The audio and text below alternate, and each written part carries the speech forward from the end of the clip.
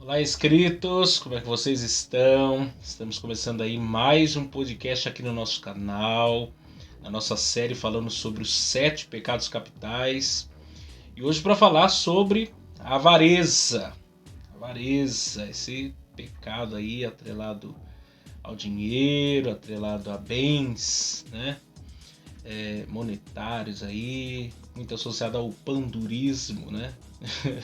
Tem um pão duro aí, alguma ideia assim, ou até mesmo mitos e verdades que nós temos sobre o dinheiro, sobre o trabalho, sobre conquistas materiais e etc. E a gente vai entender, bater um papo aí sobre isso hoje. Eu quero que você não saia daí. Mas antes eu quero que você se inscreva aqui no nosso canal, deixa aí o joinha de vocês, pegue esse link, compartilha com o maior número de pessoas possíveis para que nosso canal continue aqui avançando. E também eu quero que você se inscreva no canal Palavra Viva, nosso canal lá, o nosso programa de rádio, né, de segunda a sexta-feira. Nós temos lá uma palavra da parte de Deus, você pode se inscrever, o link está também aqui na descrição. E você pode baixar também o aplicativo da nossa rádio, a Rádio Web Palavra Viva. O nosso programa fica no ar lá ao meio-dia e às 21 horas. E eu quero que você também baixe aí no seu celular, você pode ouvir toda uma programação abençoada que nós temos lá. Nós vamos rodar a vinheta aí, nós voltamos já já.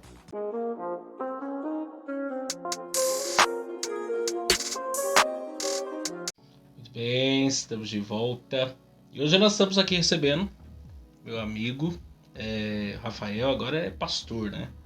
A última vez que ele veio aqui, ele estava no Morumbi, né? Estava na igreja de Morumbi. Estava no Morumbi, presbítero lá. Tem uma mensagem dele, eu vou até deixar o link aqui na descrição, que ele vai ministrar, né? Essa semana aí, o podcast vai sair, estamos gravando hoje, mas vai sair daqui a alguns dias, né? E tem uma mensagem já dele disponível que ele ministrou aí. Eu vou deixar o link para vocês acompanharem também lá no nosso canal Palavra Viva. E quero que você se apresente aqui, vai se apresentar aí para vocês. Eu trouxe ele aqui para falar desse tema porque ele mexe com dinheiro. Eu não poderia trazer um cara que não mexe com dinheiro aqui, não ia ter graça. Chamar alguém que não mexe com dinheiro não faz sentido. E ele vai se apresentar aí para vocês. Muito boa tarde, é um prazer estar aqui. Como nosso amigo disse, meu nome é Rafael Oliveira. Eu sou pastor da igreja Assembleia de Deus do Ministério Belém Pindamonhangaba, de uma congregação chamada Boa Vista. E sim, é um tema relacionado ao dinheiro, onde nós vamos tratar hoje, pois como eu também trabalho com dinheiro, a minha vida profissional, eu trabalho dentro do mercado financeiro, atrelado à bolsa de valores, então o dinheiro de fato em si é algo que faz parte da minha vida, é uma ferramenta de trabalho. Então dentro desse posicionamento, dentro dessa contextualização que nós estamos trabalhando, nós iremos falar um pouco sobre mitos e verdades de uma forma bem dinâmica para ajudar a vocês a construir um pensamento cristão e dinheiro. Vamos lá, primeira coisa que a gente tem que pensar e vamos esclarecer aí, que eu sei que você tem aí já alguma coisa sobre o tema. O que significa avareza? O que é avareza? Vamos conceituar aí, começar a conceituar o que é avareza. Vamos lá. Conceituação de avareza é acúmulo excessivo de bens. A conceituação é o acúmulo excessivo. De que forma? É você acumular mais do que a sua própria necessidade. Então mas assim, nós sabemos que biblicamente o problema do dinheiro está atrelado ao próprio pecado do homem. Sim. Até você vai explicar aí para nós, porque nós temos falado isso em todos os assuntos que nós temos aqui tratado, até a ideia de 7 pecados, alguns entendem como 7 vícios, 7 prazeres capitais, etc. Assim. E todos esses problemas estão atrelados por causa que a base é a queda do homem. O pecado entrou no mundo, aquilo que talvez seria algo positivo tornou-se negativo. E o dinheiro é a mesma coisa. Hoje é fato que o dinheiro ele é algo que o ser humano, né, como um ser organizado em sociedade, troca de mercadorias, etc, serviços, etc, precisa de alguma coisa para dar valor, porque senão as pessoas não vão fazer nada, né? Se for tudo no passado ainda era na base da troca, né? Tudo era uma questão de troca. Você tinha uma mercadoria, eu tinha outra, então eu precisava da sua e a gente fazia aquela transação comercial ali. Hoje já a coisa facilitou por causa da moeda, o dinheiro, etc. Hoje se fala tanto tipo de moeda agora. Só que o problema em si, a questão do dinheiro, então, em tese, não é o problema. A questão é o pecado, coração do homem, né?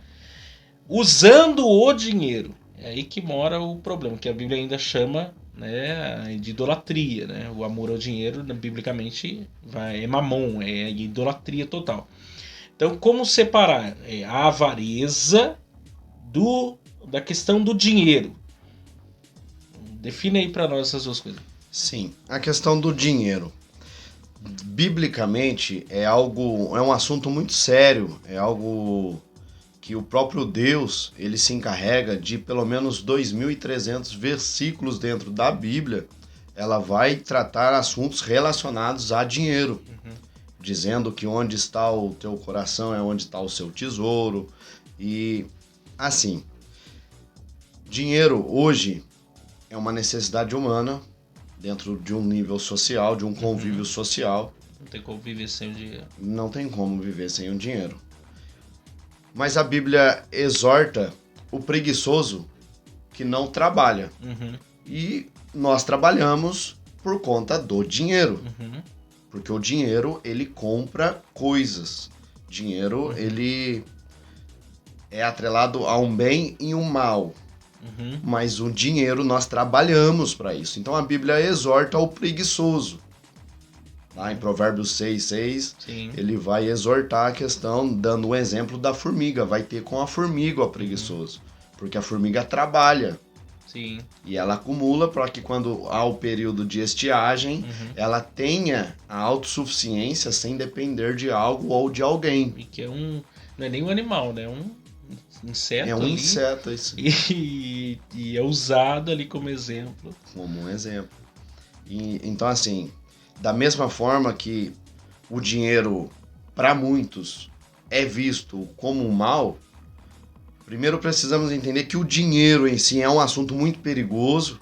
Já classificamos aqui a questão do bem e do mal, mas o dinheiro em si não é pecado. O dinheiro, o papel, o dinheiro não é pecado. Senão a Bíblia exortava dizendo para nós não trabalharmos. Sim. Que Deus seria uma providência para os cristãos. E Paulo foi duro em dizer que quem trabalha não come também. Exatamente. Reforçando o que o próprio Deus vai falar, que comereis do suor do teu trabalho. Hoje, o fato de eu ser cristão não me faz entrar no supermercado e sair com uma compra sem pagar. Não. Então, nós precisamos trabalhar para ter dinheiro. Mas até que ponto isso do dinheiro em si é bom? Aí nós entramos num assunto que eu chamo como educação. Educação. Porque dinheiro e pessoas são relacionamentos. E relacionamentos, eles podem ser interpessoais, podem ser divino, entre o ser humano e Deus, pode ser interpessoa, eu e você, e um relacionamento com, por exemplo, um carro é um bem, uma casa é um bem, que você precisa cuidar. Então, tudo de forma... tem um valor financeiro, querendo ou não. Tudo tem um valor financeiro. Porque num contexto de mundo capitalista, amizades, bens, formação, tudo tem a ver, tem valor. Tem um retorno financeiro ali, querendo ou não. Sim. Influência, seguidores, views, tudo isso hoje, o dinheiro tá ali no fundinho, tem alguma coisa ali atrelada a isso. Como esse mercado, que eu diria, né? O mundo avançou. Avançou, o sistema capitalista hoje avançou. E isso se dá por algo que no passado eles já profetizavam, que é a geração fast food, a geração das coisas rápidas. Das coisas rápidas porque hoje aquela questão da lei da semeadura, de plantar e colher, hoje eu posso comprar pronto. Sim. Para eu chupar uma laranja, eu não preciso plantar uma semente e esperar período para ela formar um fruto. Até descascada, se você quiser, você já compra. Hoje você compra ovo frito no supermercado. Então, a educação nossa mudou. A gente acostumou a adquirir coisas. Até os brinquedos que os nossos pais brincavam, antigamente eram construídos. Eles mesmos fabricavam. A gente ainda pegou um. A gente ainda brincava com aqueles rolão, que era aquelas latas. Sim. Hoje em dia não. Hoje, na verdade, se a gente for para pensar nessa questão de acúmulo, né? Que é bens também, né? Dinheiro não é só dinheiro, né? Dinheiro é tudo que você tem de posses, de ativos aí, né? Que nem meu sobrinho tem 4 anos. Você tem um filho pequeno. Tem. Provavelmente seu filho, meu sobrinho, tem mais brinquedo que eu e você tivemos com certeza. Da vida inteira. Com certeza. Eu lembro quando eu era criança, a gente ganhava presente. E não era ganhava presente novo, ganhava presente usado. Eu lembro que a gente era criança, né? Meu pai ele trabalhava trabalha até hoje, né? Mas na época ele tinha oficina. Meu pai mexe com conserto de máquina, geladeira, essas coisas lá. E ele tinha uma oficina ali em Moreira César ali, na Vila São José. Sim. E o cara que a gente alugava o ponto, ele era bem de vida na época, trabalhava em fábrica, essas coisas. Ele tinha 2 filhos, eu acho. E os filhos cresceram e ficou muito brinquedo. E aí nós era 3, né? Eu e meus irmãos, eu sou mais novo. E aí ele tinha um menino e uma menina, então tinha brinquedo de menina e de menino, né? Aí ele deu umas caixas pra gente de brinquedo. A gente pirou. A gente pirou, porque era brinquedo, assim, era usado, mas era quase que novo. E pra gente que sempre teve pouco naquele contexto, hoje em dia não. Hoje em dia a criança tem um monte, você dá um brinquedo pra ela hoje, ela brinca só hoje, joga lá na caixa de brinquedo e amanhã, se ela for na loja, ela quer outro brinquedo. Essa questão já começa desde cedo, essa realidade. Que não necessariamente é algo... porque na verdade também tem a ver com a geração, né? Essa geração...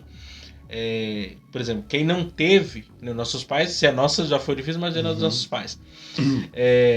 Tem a mentalidade, eu quero que o meu filho tenha melhor e mais do que eu tive. É natural e é o certo, não tem como, não tem como fugir dessa lógica aí. Mas tá, continuando a questão do dinheiro lá. Até quando começa a coisa a ficar ruim? Quando que ter dinheiro começa a ser algo ruim? Porque a gente já entendeu que não é necessariamente ruim. Então, quando que começa então a ser ruim? Então, essa questão, como eu abordei esse exemplo, no caso do brinquedo, a nossa geração capitalista, ela começou a substituir coisas muito rápido. E hoje, nós não acumulamos mais coisas dentro de casa. Nós acumulamos gastos. Sim. Nós acumulamos gastos. Você trouxe o exemplo dos brinquedos. O fato de um exemplo, eu gastar 2, 3 mil reais em um período de um ano de brinquedos com meu filho, não significa que se eu chegar agora em casa, vai ter uma caixa com 2 mil reais de brinquedo. Não. Então, isso é um exemplo de uma criança. Mas nós trocamos de roupa, nós trocamos de celular a cada ano, nós trocamos... Porque é uma necessidade nossa chegar nesse ponto. Sim. E começa-se um acúmulo de gasto e não de bem. E essa avareza no acúmulo de gasto entra um problema social, que é a comparação com pessoas. Sim. Então, primeira dica que eu costumo dizer para as pessoas é o meio qual você está inserido, ele te favorece, te beneficia ou ele causa mal para você, causa algum dano. Sim. Tendo em vista, de acordo com uma revista americana, que diz que nós somos o espelho de 5 pessoas mais próximas da gente, Eu convido a todos que estão vendo a, nesse momento, refletir quem são essas pessoas, se elas são bem-sucedidas, ou se são pessoas cheias de dívidas, com o nome sujo, que trabalham e não conquistam nada. Ou não desfrutam. Não desfrutam como deveria porque é avarento. Ele não considera avarento porque quando ele olha no guarda-roupa tem pouca coisa. Quando ele olha na garagem tem apenas um carro. Quando ele olha a sapateira tem pouco sapato. Mas ele não percebe que ele substituiu isso e a única coisa que ele acumulou foi gasto. Sim. Então o dinheiro... Eu compro o que não precisa, com o dinheiro que não tem, pra impressionar quem não gosta. Entra naquela questão educação. E abordando para uma educação financeira... Quando você compra coisa que não precisa, você vai acabar tendo que vender coisa que precisa para pagar aquilo que você não precisa. Então... porque isso essa questão da educação financeira, eu acho que é um problema crônico do brasileiro, né? Consumismo. O brasileiro... Assim, existe geração e geração, né? Mas nesse momento da história que a gente tá vivendo... e Brasil, que é um país por si só com muitas lacunas, né? A educação financeira inexiste praticamente. Inexiste. Da escola pública mesmo, se a gente for pensar na escola pública, teve aula de economia? A gente não teve aula de economia mínima. Economia doméstica, coisas simples assim da vida a gente não teve. E às vezes por falta também de conhecimento você deve saber mais disso, dá curso também, né? Sim. Coisas que a pessoa poderia estar fazendo para se livrar de um problema, por desconhecer, ela continua ali. Às vezes poderia estar investindo mais, fazendo mais, etc. Não está porque não tem um conhecimento sobre o assunto. E aí falta essa educação ali para tomar determinadas decisões. Quando nós chegamos nesse momento da nossa conversa, você trouxe algo impressionante, que é algo incrível, que é a falta de conhecimento. E biblicamente, lá em Oséias, o profeta Oséias, Deus vai dizer que o povo carece por falta de conhecimento.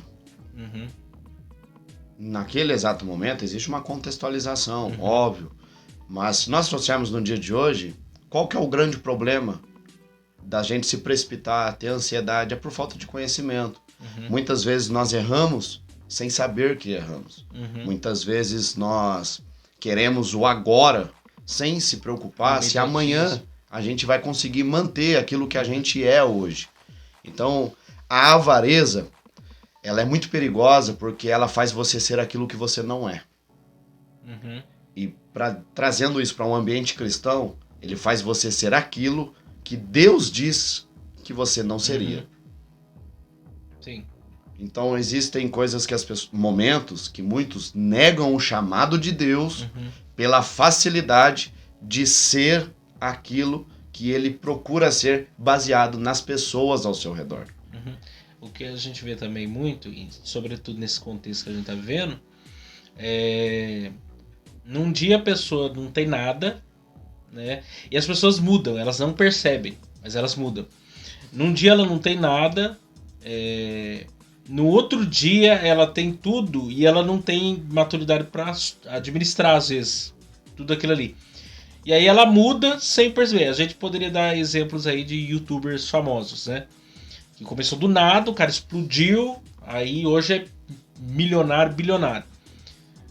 E quando você vê os primeiros vídeos da pessoa e você vê agora a pessoa, que nem tem eu não vou citar nomes aqui pra gente não criar polêmicas, mas tem, sobretudo no meio cristão, né? Porque agora tem muitos, né? O camarada não era nada, fazia vídeo engraçado, era legal, bacana. Hoje, você já não consegue ver um vídeo do cara, porque ele inverteu, mudou posições, virou um humor sem graça. Porque também tudo é fruto do seu contexto, né? Sim. Então, se você tá dentro de um contexto mais pobre, você vai fazer brincadeiras dentro desse contexto. Se você já tá numa posição mais elevada, você já vai fazer... Que nem esse eu posso citar o nome, que é o Anderson Nunes. Os primeiros vídeos dele, ele fazia zoeira, coisa assim e tal. Aí já de outro, quando ele foi subindo na carreira lá, ele começou a fazer piada de vida de rico agora. Quer dizer, crítico, mudou, né, o contexto, mudou era um a piada. Agora ele virou um crítico. Exatamente. A pessoa muda sem perceber. E a questão da avareza, grosso modo, a pessoa que tem esse, né, anseio, esse apego pelas coisas ali e tal. Tem pessoas que elas têm dinheiro, mas ela vive como miserável, porque ela tem o amor excessivo a coisas assim. Às vezes ela vive uma vida de pobre. Você olha pra ela assim, nossa, que tem dó daquele irmão, vou dar uma cesta básica pra ele ali, que tá passando necessidade. E eu conheço gente assim. Você vai conhecer a pessoa de fato, o cara tem, às vezes, trabalha, tem aposentadoria, e tem um monte de coisa, e você fala, não, eu não acredito num negócio desse. Mas é porque tem um apego ali, e não consegue. O caso de a pessoa perder, às vezes perde família por causa disso. Várias ilustrações de mensagem sobre isso, né? O camarada morre, né? Trabalhou, não desfrutou, não curtiu da família, não viajou, não passeou, não viveu, não ajudou o pobre, não, sabe, construiu uma vida, um legado, uma história ali. Morreu, quem que vai ser feliz? Vai ser o camarada que vai substituir ele. O cara morre, a mulher casa com outro, ficou rica. Quem que vai... O cara que assumiu o lugar dela vai ficar feliz da vida, porque o cara nunca teve a oportunidade de investir na família, trabalhou, mas não soube usar aquilo que teve, ou não sabe, reteu mais do que deveria, como a Bíblia diz, e não aproveitou, não construiu nada, não tem um legado, não tem uma história, porque não tem facilidade de soltar. Então mas vamos lá. Outra coisa aqui, até eu coloquei aqui um negócio interessante, as pessoas têm essa coisa da novidade. A questão do dinheiro tem muito a ver, sobretudo o capitalismo, né? O capitalismo, o marketing é muito forte. Então você tem que ter um cara, a empresa, o marketing é a alma do negócio. Aí vende-se tipo um sapato novo, ou um penteado novo, ou qualquer outra coisa nova. Então cria-se um estereótipo. Mas quanto tempo dura esse novo? Porque, por exemplo, é aquilo que você falou, é o acúmulo de gasto que você tá falando. Sim. Você tem sapato já, você tem 10 pares de sapato. Mas vendeu-se um sapato novo aqui. As mulheres aí. Você tá entendendo? Qual é a necessidade, né, desse novo? O que tem de tão especial? Por que as pessoas têm esse anseio de preencher esse consumismo assim? Será que o cara é muito bom na propaganda ou o que acontece? É uma questão... comparação. A gente compra até a gente descobrir que alguém comprou primeiro. Boa.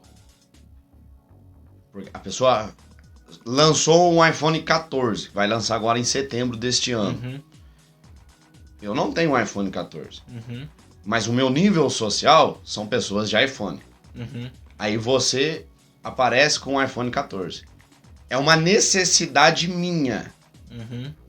Eu querer não só me equiparar, mas eu ser melhor do que você. Uhum. Nós, por natureza, somos competitivos. Sim. Até na questão de oferta. Caim e Abel foram competitivos, apresentaram coisas diferentes e eles mesmos não sabiam de fato qual agradaria a Deus. É Deus quem faz o juízo sobre qual agradou a mais. Então, essa comparação é nossa natureza. Então, quando surge, por que a gente faz?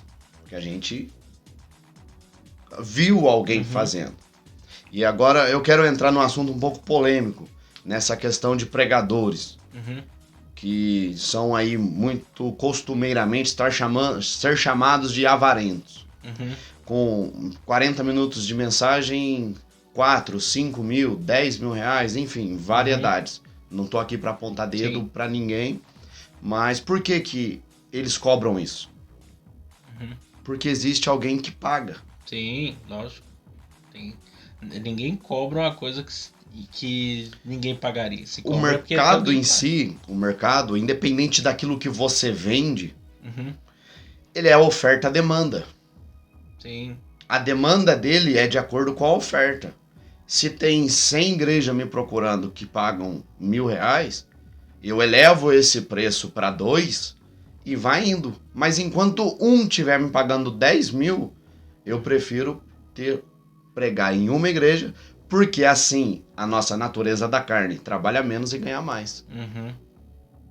Esse é um assunto polêmico. Já que entrou, então vamos lá. Que isso é um assunto interessante. Vamos lá, porque é relacionado vamos lá, a dinheiro. Que aqui é teologia, então vocês estão aqui, vai ter que. É relacionado a dinheiro. Joga nos comentários as dúvidas sobre isso aí é interessante. Primeiramente, vamos esclarecer isso biblicamente.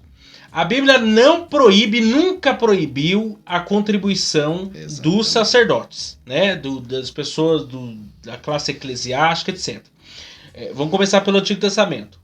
Todos os levitas, não só os sacerdotes, né? Levitas, eu estou pensando em toda a tribo de Levi. Você nasceu levita, da descendência de Levi, você está ganhando, meu filho. A realidade era essa. Você não precisava nem nada. Nasci, alguém está pagando sua conta. Porque Deus instituiu isso na lei. Que o povo serviria a ele. O futuro já estava garantido. Exatamente. E quem sustentaria ele seria as demais tribos. Inclusive os levitas não tinham herança, né, na terra. Eles tinham 46 cidades para eles habitarem lá. Mas o sustento deles era providência da oferta do povo, etc e tal. Todo aquele contexto lá.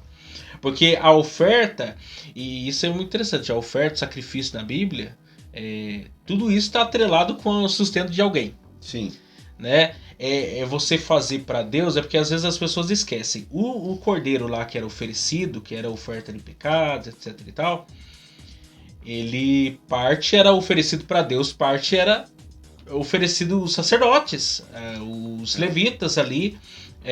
Toda a oferta que passava pelo altar, vamos dizer assim, parte ficava para os levitas ali. Às vezes as pessoas esquecem disso. E aí no Novo Testamento quer, né, tapar só com a peneira. Gente, é uma questão lógica ali. Um outro ponto, questão do dízimo também. Dízimo, existe um debate longo também sobre isso. Mas, biblicamente, gente, tem gente que fala assim, não, o dízimo é coisa da lei. Mas, gente, o dízimo é antes da lei, na lei e depois da lei. Você tá entendendo? A pessoa que fala que o dízimo é questão da lei, você tem que ler mais Bíblia, porque Abraão deu o dízimo de tudo a Melquisedeque antes da lei. E depois da lei, na graça, por que seria abolido? Não faria sentido. As pessoas precisam continuar sobrevivendo. A questão da oferta. Entra junto com a oferta para o sustento e mantimento. Né? Não muda nada. Então, assim, no Antigo Testamento é assim. No Novo Testamento, que é um texto polêmico lá, o povo tinha tudo em comum. Não era comunismo. Era comunitarismo. Eles viviam em comunidade. Né? Que entra o caso lá de Ananias e Safira. Sim. Mentiram para o Espírito Santo por questão de avareza. Esconder lá, dizer não, eu vendi por tanto, nitidamente a avareza ali. Mentira em forma de generosidade. Exatamente, né? E isso ali era terrível, porque todo mundo tinha vendido suas propriedades, colocado aos pés dos apóstolos, e os bonitão estavam querendo guardar o deles. Uma palhaçada aquilo ali. Mas era uma escolha daquele povo ali. E a própria oferta, né? Nas cartas de João, Paulo fala isso também. Por exemplo, se você é um evangelista no contexto do primeiro século, primeiro as hospedagens, por isso que a Bíblia fala muito de ser hospitaleiro, porque as hospedagens não eram igual hoje, né? Você vai lá para um hotel 5 estrelas, tá na maravilha. Naquele tempo o hotel não era assim, era um lugar insalubre, era muito associado a prostíbulos também, era um negócio meio fora de realidade. Por isso que as pessoas hospedavam nas suas próprias casas. Então imagina, vem um cara de outra localidade. O apóstolo Paulo é um exemplo, né? Ele fez muitas viagens missionárias patrocinado pela igreja. Macedônia foi quem mais patrocinou ele. E povo pobre, hein? Não era povo rico, era o povo pobre que mais patrocinou ele. Mas quando vinha, as pessoas sustentavam ele e tal, e ainda depois, na saída dele, investia. Que é o caso carta de 3 João de Gaio, né? Gaio era um hospitaleiro. E dá a entender que, e geralmente o hospitaleiro era alguém já de posses, né? Porque não tem tinha como... condições de dar tinha um condições. prato além da necessidade Tinha de como. casa. Então, assim, a Bíblia nunca proíbe essa questão. O que nós temos dificuldade hoje é a questão de ser mercenário. É o mercenário. Aí, É o canalha profissional. Que é a pessoa, é o que você comentou. O cara sabe que ele tem uma habilidade ali, seja pastor, seja pregador, conferencista, que seja, e ele já tem um contexto todo preparado, então ele começa a se abusar dessa plataforma que ele já tem ali. Aí, nesses, a gente condena veementemente. Mas, por exemplo, se você vai pregar numa igreja lá, sei lá, a gente mora em Pina, vai pregar em Taubaté, Tremembé, São José, São Paulo, você tem um custo para você sair da sua casa e ir para onde você vai ministrar. Ainda que você não tenha colocado valor nenhum, as pessoas pressupõem que você não saiu de casa de graça, você não foi voando lá. não tem como. Você tá entendendo? E outra coisa, eu penso que é uma questão de generosidade. Aí entra a generosidade. Porque eu penso assim, se você saiu, você gastou tempo meditando na palavra, é honra. A Bíblia diz, dai honra quem tem honra. Você meditou na palavra, você estudou, preparou, saiu da sua casa, do conforto da sua casa, foi transmitir a palavra da parte de Deus, às vezes orou, meditou, meses para Deus dar uma palavra. Você chega lá, a pessoa te dá malemar o dinheiro da gasolina, se tiver uma água fria já é lucro, e você volta para casa. Não, você tirou uma pessoa de dentro de casa. Às vezes a pessoa até vive daquilo. Você tem que honrar aquela pessoa. É princípio bíblico. Eu penso que é honra. Você não precisa estipular valor, mas eu acho que parte do pressuposto que você... Alguns começam a cobrar por causa disso, porque as pessoas não têm esse senso. É uma questão assim... A gente tem mania de responder com a mesma moeda. E eu já preguei em algumas igrejas, tive a oportunidade de rodar até alguns estados pregando, levando a palavra de Deus, e não é barato. Eu tenho uma família. Não. Graças a Deus, eu não tirei o meu sustento disso, porque Deus não me falou, dedique-se 100% para a obra. Mas se Deus mandar, amém. Aí é um mandamento divino. Mas já proverá também. Deus é misericordioso até nisso. Sim, Deus, ele sabe o que ele fala. A gente que, às vezes, a gente peca nisso. Aí entra um outro aspecto que é a providência divina, né? Aí as nossas falhas naquilo que a gente fala, daquilo que a gente acha que vai acontecer, mas até mesmo não temos nem fé para acreditar que vai acontecer. Então não vem a providência. Mas essa questão de responder com a mesma moeda, eu já preguei, eu já estive do outro lado. De chegar e ser bem recebido. E por questões, eu não sei o que há nisso. Que igrejas, que pastores já foram pregadores, esses são os que mais não são hospitaleiros. Não respondem à generosidade. Talvez seja para mostrar aquilo que aconteceu com ele. Não, na minha época não foi assim, não vai ser assim com você também. E não responde. Mas no fundo ele sabe que há uma necessidade. Quantas vezes você, Micael, você sai para pregar?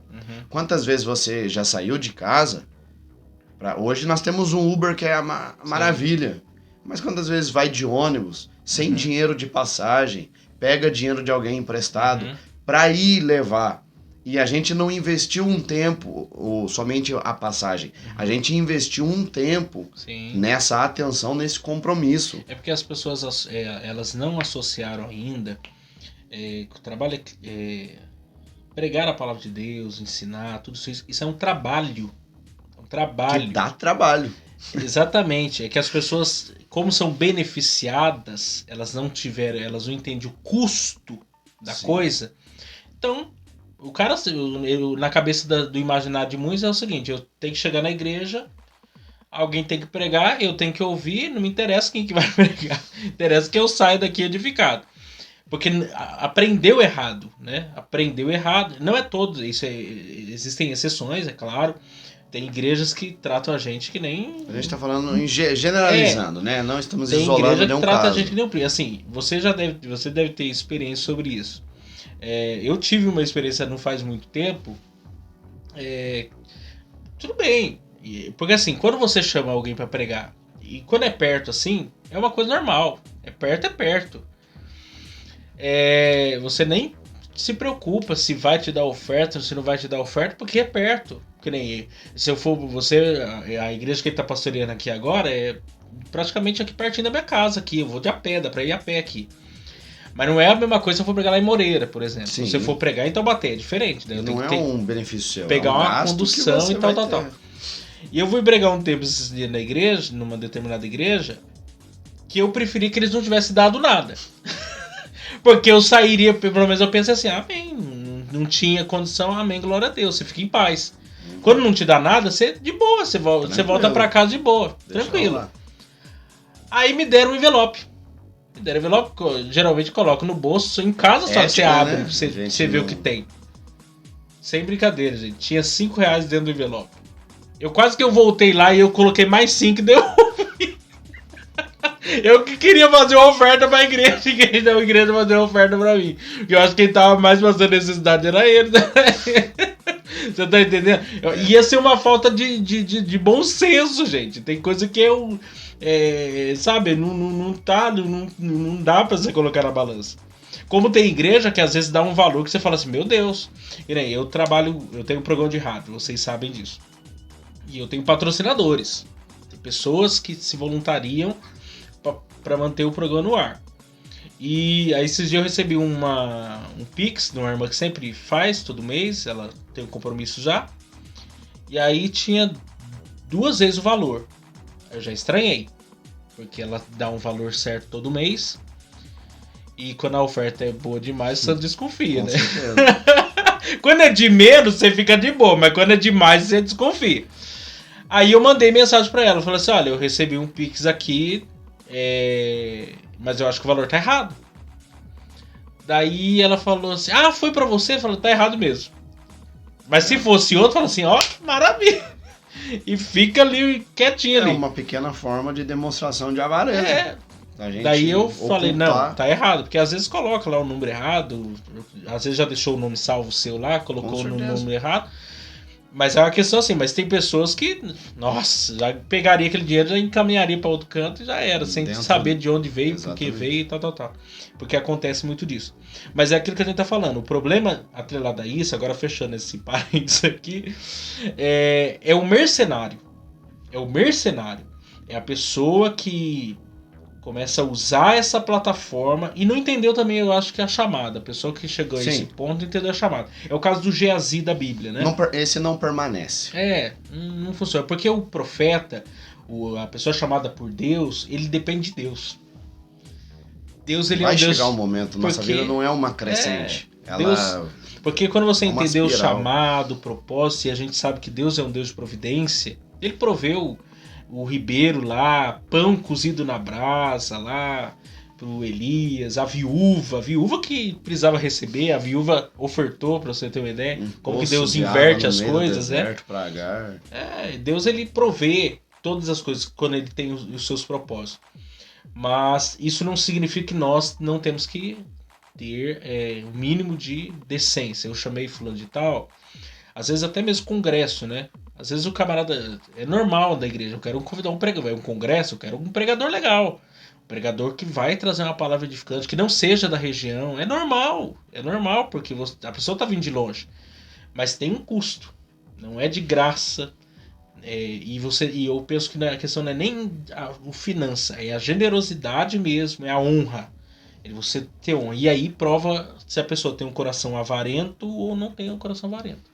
Seja dominado. Isso até coisa do dia a dia na igreja mesmo. Você agora tem você conhece agora os bastidores do Ministério Pastoral. O outro lado. E aí você começa a perceber que tem um custo a luz da igreja. Porque às vezes a gente tá ali como membro, você não sabe quanto que a igreja paga de conta de água, de luz, se é alugado, quanto que paga de aluguel. Você não sabe o quanto custa para manter aquilo de pé. E aí o crente não consegue dar R$5 numa oferta. Não consegue dar R$10. Num mês, num período de um mês. Num mês. Somando todas as ofertas. Ou às vezes o cara tá ali há anos, não conseguiu nunca usar de generosidade. Por que as pessoas sentem essa dificuldade de ofertar? Aí existem, hoje dentro das igrejas, tem pessoas de posses, tem pessoas que não têm posses. E aí não é, para mim, uma questão de má administração, porque aí quem tem o desejo no coração de ofertar, ele oferta independente da administração. Sim. Então isso para mim anula o fato de você não ofertar. O que a mão direita faz, a esquerda não precisa saber. Então isso para mim anula o fato. Eu não vou dar porque fulano, porque... Não, anula o fato. Tem que ser seu. Porque Deus ama aquele que dá com alegria. E dá aquilo que ele propôs dentro do seu coração. Então, independente de quem esteja lá na frente, eu tenho algo proposto. A oferta o problema é que coração. Nós temos propósito com Deus, mas a oferta, a generosidade não entra dentro desse propósito. Então, quando Deus está dizendo, oferte segundo você propôs dentro do seu coração. Muitas pessoas não entregam porque quando elas olham para dentro dizem, eu não propus entregar. E ofertar ao Senhor, existe um propósito antes de tudo isso. Não é você abrir simplesmente a carteira e tirar o que tiver lá, porque vai ter muitos momentos que não vai ter. Sim. Mas e o que você propôs? Essa questão do propósito, aí entra a questão de dízimos, a questão de oferta. E a oferta, ela é atrelada à generosidade diante da gratidão que você tem recebido de Deus. Porque Deus tem sido tão bom na sua vida que você quer externar isso. E a Bíblia ainda atrela a nossa oferta como semente. E semente é o seguinte, você está semeando literalmente, e a semente, pega, por exemplo, você já comeu milho. Você pega um milho, planta na terra. Depois você pega a espiga para ver quantas milhozinho ali você vai ver ali. Para você ter uma ideia do que é a oferta que você... Exatamente, no reino, a semeadura. Né? E não é numa terra qualquer, é no reino de Deus. É investimento em pessoas. Investimento na pregação do evangelho, que vai transformar vidas. Então imagine o retorno que você tem disso. Esses dias eu estava falando sobre isso. Como quererão se não há quem pregue, como quererão se não forem enviados. A ideia de enviar é financeiro. Sim. É patrocinar, é investir. Não tem como a pessoa ser enviado se não tem quem envie. Se não tem uma base ali, alguém enviando, investindo, colocando dinheiro ali, depositando. Porque a pregação... Eu ouvi um negócio que eu guardei, eu já devo ter comentado aqui com vocês. Eu ouvi um cara num podcast também, ele falando sobre... Tem os propósitos dele de oração, né? E ele diz que um dos propósitos dele de oração é que Deus levante bilionários para patrocinar a pregação do evangelho no mundo. E eu nunca tinha pensado, a minha fé era tão pequena que eu nunca tinha pensado nisso. Eu falei assim, eu dei um pulo da cama na hora, já no caderno de oração, Senhor, faz esse negócio aí, Senhor, porque realmente, se nós tivermos pessoas com esse coração disposto a investir a pregação, porque tem lugares, às vezes as pessoas desconhecem disso, né? Acabamos entrando nesse ponto, mas existem países nessa geração, século XXI, que nunca houve, não tem nem Bíblia traduzida para o seu idioma, ela não sabe nada, absolutamente nada do evangelho. E como que vai entrar o evangelho lá? Porque traduzir Bíblia não é assim. Eu vou traduzir a Bíblia aqui. Não é assim. Traduzir uma Bíblia para uma outra língua demanda investimento. Demanda todo um processo, impressão, pessoas envolvidas, um monte de coisa. E as pessoas esquecem que tudo isso aí passa pela via financeira. Sim. E aí o coração, a própria assistência social da igreja, né? O crente que dá o sal e o fubá a vida inteira. Essa questão financeira, ela precisa partir de alguma forma, ela precisa chegar nas mãos. E quando, no caso, os missionários são enviados, a gente trabalha isso. E o fato não é sustentá-lo lá. A questão é muito mais do que isso. É muito mais do que isso. E muitos lá vivem, de fato, uma necessidade. Sim. Porque a gente trabalha E a gente se dá o luxo de comer um lanche, de comer uma pizza, de comer alguma coisa. Nós temos crianças que gostam de chocolates. E quantas famílias missionárias estão nesse campo e quando passa por alguma cidade, o filho desse missionário aponta o dedo, pai, um lanche, pai, uma pizza, um chocolate, uma bala. E ele tem ali um dinheiro que de fato não é dele, foi enviado por alguém, mas aquilo ali é para crescer uma obra que também não é dele. Então, são investimentos no reino que a gente não percebe, mas se dá através de uma decisão. Eu ofertar, eu decido ofertar, mas o não ofertar também é uma decisão. E é uma decisão perigosa, porque você está retendo aquilo que você poderia fazer. E isso, o reter o que você poderia fazer, é perigoso, porque Deus não te abençoou para você ser abençoado.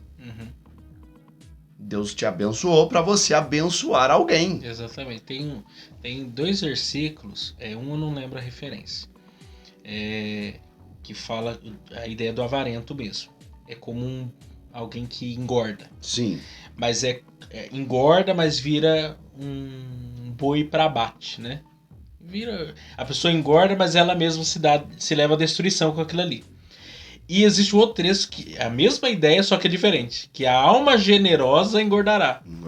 Só que não para esse tipo de... para destruição, né? Para o abate. Como um animal, né, gordo ali. Mas por causa da generosidade. Você é generoso, você continua sendo abençoado por Deus. Que não é a prosperidade da Bíblia, né? Na verdade, é até interessante isso aqui. Um tempo para outro podcast. Por exemplo, generosidade na Bíblia é dom do Espírito Santo. Sim. É um dom, né? Você contribuir é um dom. Ninguém quer esse dom, né? Esse não. O povo quer profecia, quer maravilha, de generosidade, ninguém quer. E é um dom do Espírito Santo esse. Da lista lá dos dons espirituais. E prosperidade na Bíblia não é só atrelada a finanças, é tudo. A saúde, as relações, etc. Desde o início lá, a promessa a Abraão, né? Vou abençoar quem te abençoar, vou amaldiçoar quem te amaldiçoar. Em tudo você vai ser uma bênção. Essa prosperidade em vários aspectos. Porque abençoar quem está te abençoando envolve finanças. Sim. Relacionamentos, tudo. E o contrário disso é destruição mesmo, a miséria, a pobreza em altos graus. Aí entra no assunto prosperidade. O que é prosperidade? O que é ser próspero? Um conceito que eu gosto de trazer sempre quando eu prego para a igreja e quando entro no assunto prosperidade, eu trago o quê? O que é prosperidade para o crente? É ter tudo o que ele precisa para cumprir um propósito. Hoje, olhando para você mesmo se vendo no espelho, você pode dizer, eu sou próspero. Por quê? Porque este é o seu propósito. Sim. Propagar a palavra de Deus. Então hoje você tem esse equipamento, tem uma câmera, você tem esse estúdio, o qual você se dispôs por conta de um propósito. Sim. Mas isso vai crescer em nome de Jesus, eu creio que isso vai, porque Deus honra. Sim. Deus é justo, Ele está vendo aquilo que você está plantando. Então chegará um momento que isso vai tomar uma certa dimensão. Então você terá canais de divulgação, você terá pessoas trabalhando para você numa edição, porque você vai estar envolvido. Sim. Envolvido mais do que você está agora. Porque você tem um programa de rádio, porque você tem um podcast, e você vai tomando essa... Uma coisa é puxando a outra. Aí as pessoas chegam aqui, pegam um microfone Shure, pegam uma câmera diferente, pega isso e vai dizer, e vai atrelar isso ao quê? Ao bem financeiro. Nossa, Miquel, tá rico. Nossa, tinha necessidade disso. Nossa, não precisa tanto. Só que é aquilo que você está investindo, foi algo que você já propôs. Isso daqui é um propósito do seu coração. E uma coisa é a causa, outra coisa é a consequência. Sim. Muitas pessoas acham que a prosperidade é o fim, entendeu? É o que aquilo levou. Sim. Mas não viu o processo. Processo é toda a prosperidade. Todo o processo levou aquilo ali. Mas aquilo ali é só um ponto dentro de todo o negócio ali. Né? Isso para qualquer área, né? Isso para qualquer coisa. A pessoa lá, o pastor lá que é pastor de uma igreja pequena, que depois vira uma igreja média até chegar a uma igreja grande. É todo um processo também. Exatamente. Né? O cara que começou ali num comércio pequenininho, daqui a pouco ele tem 2, 3 lojas, virou uma rede de lojas. É todo um processo também. É que as pessoas veem a prosperidade só pelo que aquilo resultou. Sim. E não por todo aquele processo. É aquilo que a gente está falando da prosperidade. É muito mais que só os bens. Prosperidade é ampla. É relacionamentos. É muito mais. É muitas outras coisas. E às vezes as pessoas perdem esse fato. Agora deixa eu só tocar um ponto aqui pra gente encerrar nosso papo aqui. Nós estamos falando aqui da perspectiva da prosperidade, mas eu sei que tem muita gente que nesse contexto, e tem igrejas inteiras, denominações inteiras, que o fim último deles é falar de dinheiro, vender uma ideia de prosperidade até mesmo rápida, precipitada, ó, vem aqui na minha igreja, porque é na minha igreja que você vai prosperar. Sua oferta só tem valor aqui. E você saiu, vai entrar aqui com Fusca, vai sair com uma BMW, vai sair com, né? Entrou aqui numa casa, morava na favela, vai comprar casa lá num lugar chique, porque virou um negócio, né? Virou. E as pessoas, e isso é reduzir, isso é distorcer o verdadeiro sentido, porque às vezes até mesmo faz a experiência você um dia eu quero fazer, no programa eu vou preparar uma mensagem com esse título sobre prosperidade, só para ver o que vai dar. Por quê? Porque quando um crente fiel fala sobre prosperidade, o pessoal já pensa, epa, ele tá, acho que indo pro outro lado. Não, a prosperidade é bíblica. O problema é que as pessoas pegaram uma coisa que é bíblica e distorceram. E por causa disso o povo não quer pregar mais sobre prosperidade. Aí prega uma outra teologia, a teologia da miséria. Não, o crente verdadeiro é o crente pobre, miserável, que anda de bicicleta. Esse é o crente verdadeiro, só pode ser assim. E isso nunca, em versículo nenhum da Bíblia você vê isso. Jamais a Bíblia falou sobre isso. Porque pregaram errado. É assim, até agora nós chegamos até aqui falando do dinheiro, do dinheiro. E ter dinheiro é bom? É. Sim. Ter dinheiro em excesso é um problema? Também não. Não. Qual que é o problema? É a relação que eu tenho com isso. Uhum.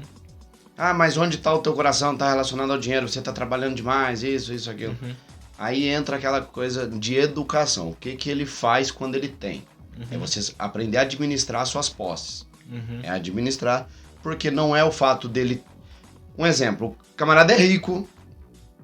Não, ele tem que doar. Aí ele doa tudo para a igreja, ele fica pobre. Não faz sentido. Não faz falta sentido. De princípio. A Bíblia nunca disse para fazer isso. Falta uma administração nisso. Mas não ter dinheiro também é um grande problema. E o nosso povo hoje, 99%, sofre dentro das igrejas porque não tem dinheiro. E acha que quem tem é o problema. É mais fácil eu falar mal do que entendo porque eu não tenho. Porque eu não tenho, eu me igualo à maioria. Quando eu tenho, é mais fácil falar do que não tem. E falar de dinheiro, necessariamente você não precisa ter dinheiro. Você ter conhecimento sobre dinheiro, você não precisa ter. Sim. Eu trabalho com dinheiro. Eu vejo movimentações absurdas passando na minha frente. E aquilo é muito dinheiro. Resolveria muitos problemas. Mas aquilo lá são construções de algo que, primeiro, que não é tudo aquilo lá meu, mas é algo que eu trabalho dentro do mercado financeiro e a ferramenta de quem negocia é o dinheiro. Então, ter dinheiro é bom? É bom. Não ter dinheiro é ruim. E você trabalha para quê? Para conquistar dinheiro. Só para isso? Não. Aí entra um ponto que eu até gostaria de contar um pouco do meu testemunho, que é bem rápido. Quando eu entrei no mercado financeiro, eu entrei pelo fato do dinheiro. Quantos anos você tem mesmo? Eu tenho 29 anos. Tenho 29 anos, eu entrei há 3 anos atrás no mercado financeiro para trabalhar por conta do dinheiro. Aquilo me chamou a atenção pela ideia que eles vendem. Sim. Mas durante o processo, que é isso que as pessoas não veem, existem frustrações, existem quebras, eu mesmo já quebrei várias vezes. De zerar, de esgotar um dinheiro meu, de me endividar por conta disso. Sim. Tudo num rápido período? Sim, foi num rápido período, mas aconteceu. Até eu descobri que enquanto eu estava procurando dinheiro, eu não estava achando. Porque quem trabalha por dinheiro, ele nunca encontra, porque ele só encontra trabalho. Quem tem 1, 2, 3 empregos, ele vive correndo atrás de algo que não existe, porque para ele é irreal aquilo. Ele não consegue perceber o quanto que ele já tem, porque ele está sempre buscando aquilo que ele não tem. Entra naquela famosa corrida de ratos, onde ele entra naquela rodinha e começa, corre, não sai do lugar. Trabalha. E eu descobri, nesse período, algo que vale muito mais do que o dinheiro, que foi onde eu pude colocar minha cabeça no lugar e alinhar o meu propósito de acordo com a disponibilidade que eu coloquei no meu ministério. E lembrando que Deus vai nos levar de acordo com a disponibilidade que a gente coloca nisso. O quanto você se dispõe a viver.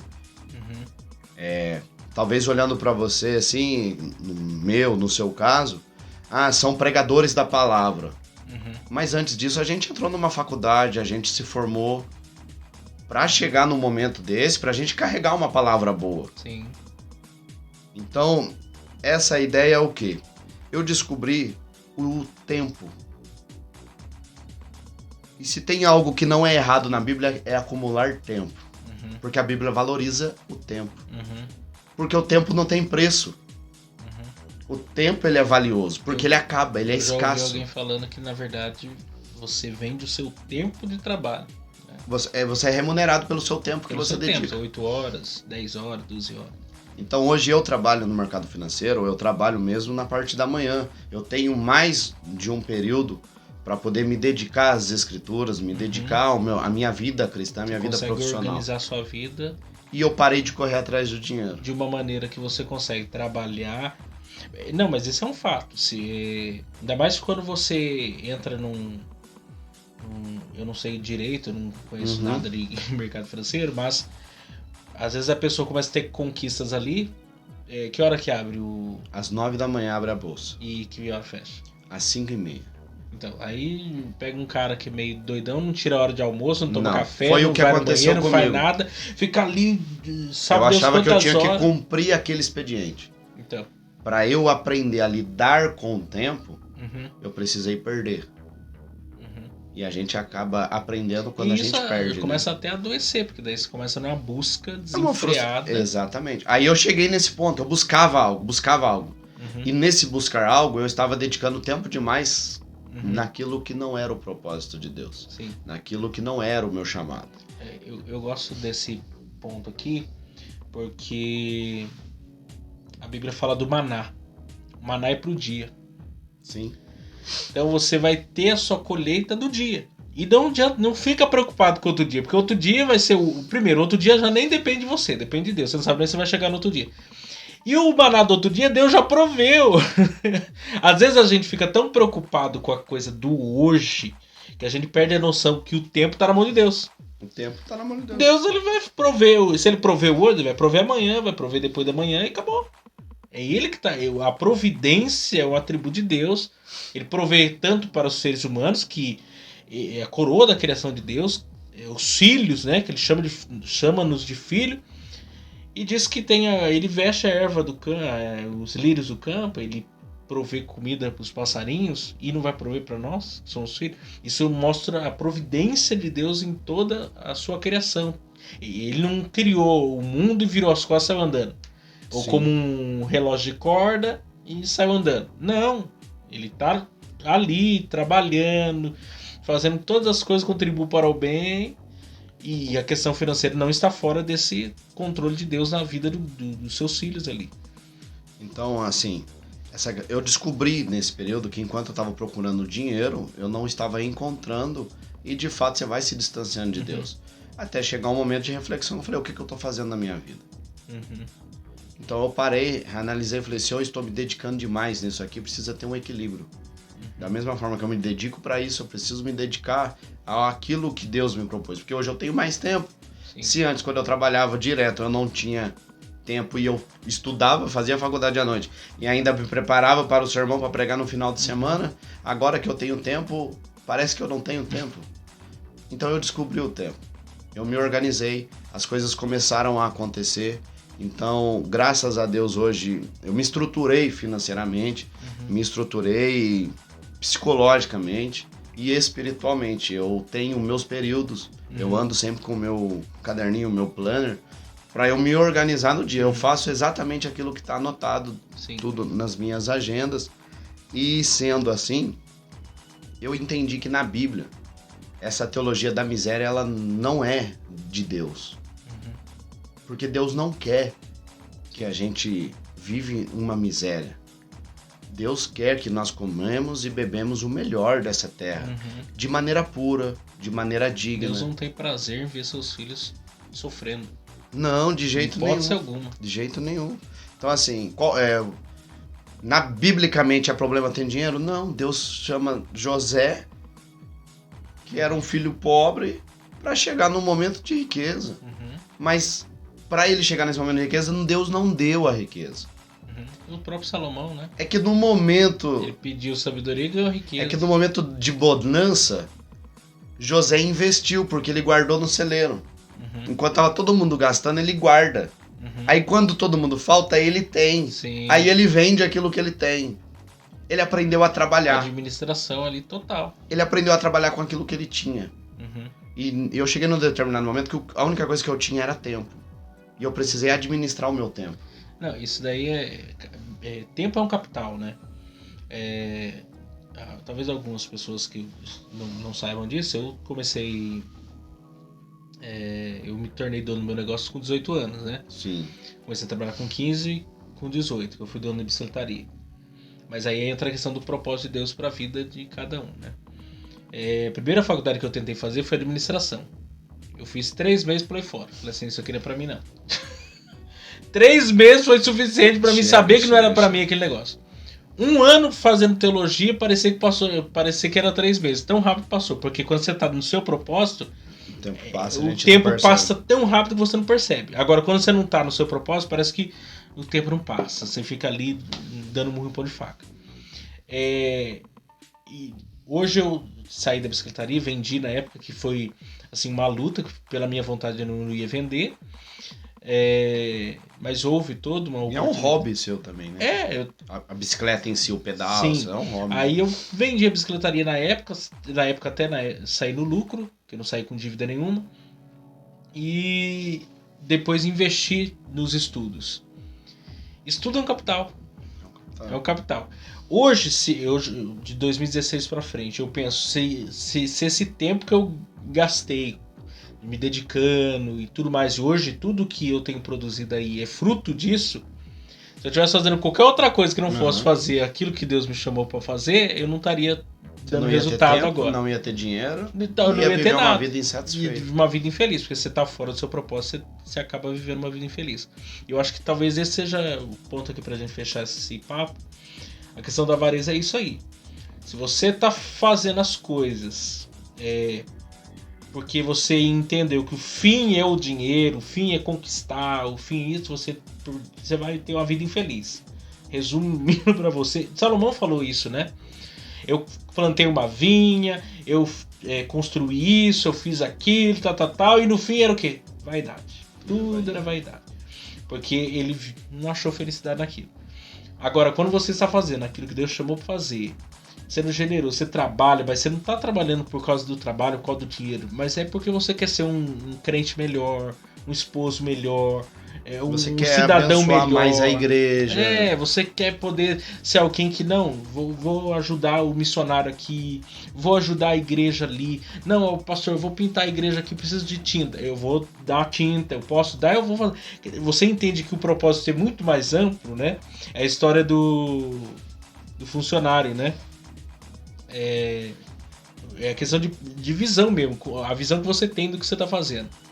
O camarada é um construtor e ele perguntaram para ele: o que você está fazendo? Eu estou fazendo uma grande catedral. Ele não falou: eu sou um pedreiro. Não, eu estou fazendo algo muito grande.